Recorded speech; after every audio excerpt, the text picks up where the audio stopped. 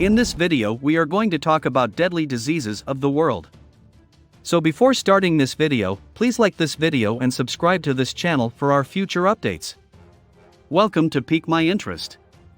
All throughout human history, epidemics have played a significant role in molding society. Although few people who are witnessing this today would remember outbreaks of this magnitude, history demonstrates that, despite the devastation, what we are experiencing now is nothing out of the ordinary. It is necessary to define the term pandemic in order to avoid misunderstanding. A pandemic, according to the World Health Organization, WHO, is defined as the widespread spread of a new illness throughout the world. HIV has been around since 1981. Western countries have made significant strides in treatment, knowledge, diagnostic capabilities, and surveillance. It is easy to forget that HIV is still considered a pandemic by most medical professionals. Since its discovery in the early 1980s, HIV has claimed the lives of more than 32 million individuals.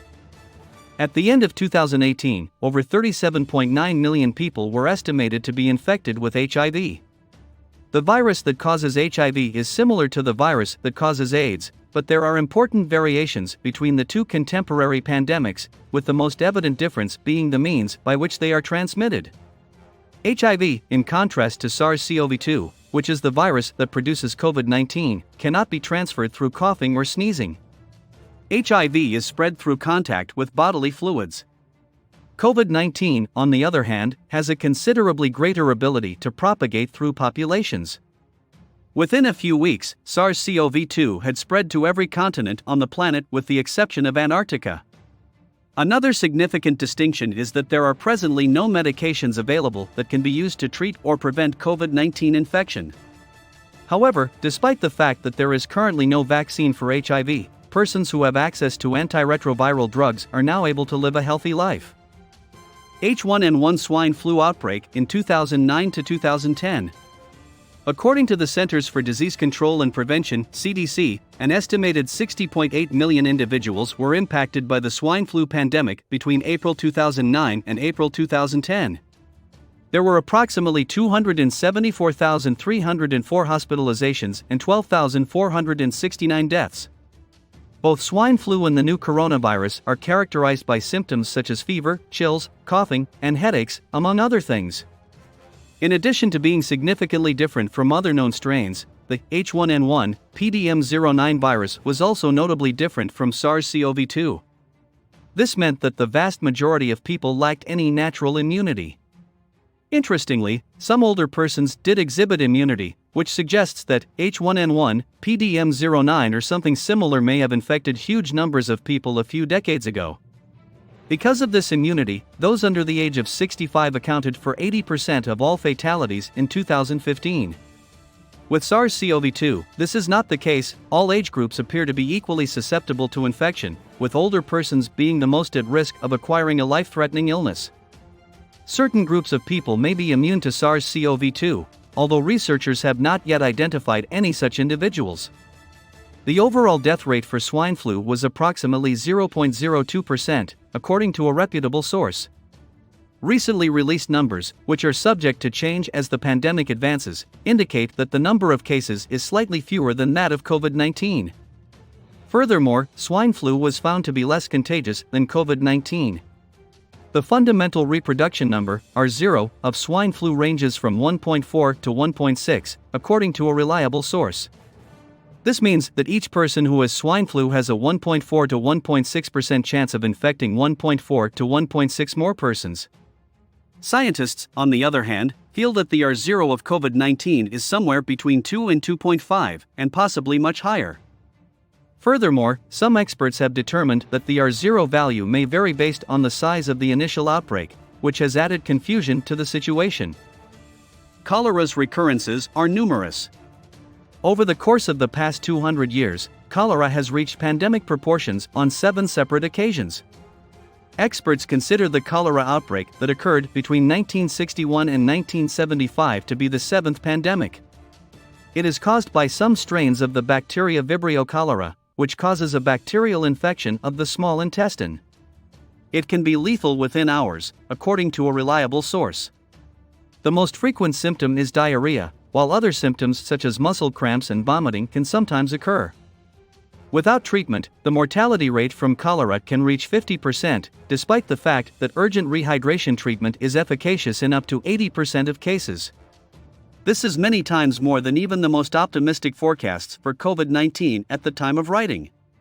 Cholera arises when a person consumes food or drink that has been polluted. The seventh pandemic was caused by a strain of Vibrio cholera known as L. tuor, which was originally discovered by scientists in 1905 and spread over the world. The outbreak appears to have started on the Indonesian island of Sulawesi, where it has spread since. It began in Bangladesh and extended to other countries such as India and the Soviet Union, which included Ukraine and Azerbaijan. By 1973, the outbreak had spread to Japan, Italy, and the South Pacific, among other places. Despite the fact that the pandemic had officially ended by the 1990s, the same strain of cholera made its way to Latin America, a region that had not experienced cholera in over a century. There were at least 4,000 deaths in that region. Hand washing is vital for preventing the transmission of cholera, just as it is for COVID-19. Cholera can be prevented, however, by ensuring that people have access to safe drinking water and practicing basic food hygiene. The Spanish flu struck the world in 1918.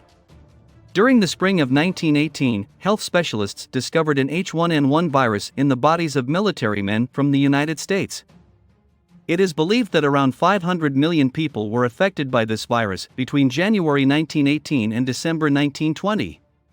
The virus appears to have spread from birds to humans. This translates to 1 out of every 3 people on the planet.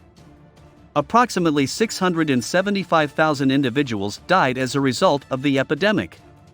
This strain of influenza, like COVID-19, was spread through the airborne transmission of droplets. Similarly to COVID-19, older persons were at the greatest risk of experiencing severe symptoms.